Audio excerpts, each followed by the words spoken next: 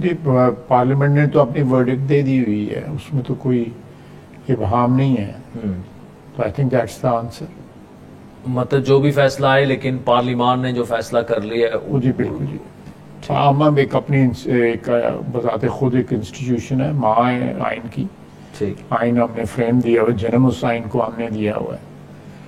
Public की जो aspirations हैं या जो उनकी तमन्ना होती है, जो उनकी ख्वाहिशात होती है, उसकी हम रिफ्लेक्शन है। तो मैं समझता हूँ कि सारी बॉडीज़ जो हैं आइन के तहत जो बनी हुई हैं वो काबिल एहतराम है, बहुत मोहतरम है, बहुत मोहतरम है। लेकिन पार्लियामेंट जो है वो बालादस्त है, और जहाँ पे ख्वाहिशात का जो है अवाम की ख्वाहिशात का ट्रांसलेट हो रही हों अवामी नुमाइंदों की शक्ल में, तो मेरा ख्याल है वो जैसे कि मैंने कहा है कि उसने तो फैसला दे दिया हुआ।